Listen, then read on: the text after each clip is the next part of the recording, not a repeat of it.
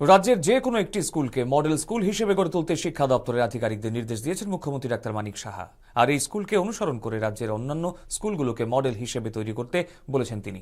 আজ রাজধানীর এডিনগরে পিএম শ্রী ইংরেজি মাধ্যম বিদ্যালয়ের নতুন পাকা ভবনের ভূমি পূজন সহ আগরতলার আরও 4টি বিদ্যালয়ের পরিকাঠামো উন্নয়নের সূচনা অনুষ্ঠানে তিনি কথা বলেন।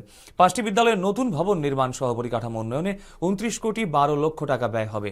মুখ্যমন্ত্রী রাজ্যের 240টি বিদ্যালয়ে স্মার্ট ক্লাসরুমের উদ্বোধন ও আগরতলা পুর নিগম এলাকার নকশা পাইলট প্রজেক্ট ও ভার্চুয়ালি উদ্বোধন করেন।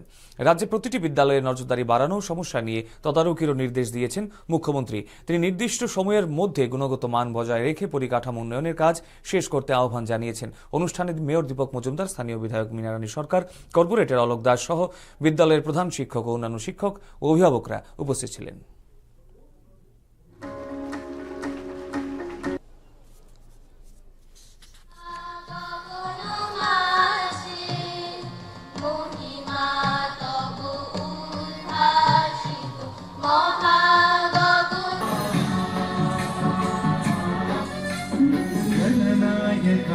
गणदैवताय गणाध्यक्षाय धीमहि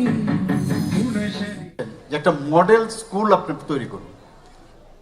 মডেল স্কুল তৈরি করে এখানে যা যা দরকার এবং এটাকে সামনে রেখে একই ধাঁচে আমরা আস্তে আস্তে করে সবকটা স্কুল আমরা করব। 19-20 হতে পারে, কিন্তু একটা মডেল স্কুল আপনি বানান।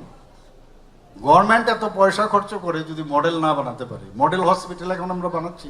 একটা মায়ের, একজন বাবার একটা সন্তান যখন স্কুলে পাঠায়, স্কুলে গিয়ে যদি তার নিরাপত্তা না থাকে, ইনসিডেন্ট হতে পারে যে কোনো জায়গায়।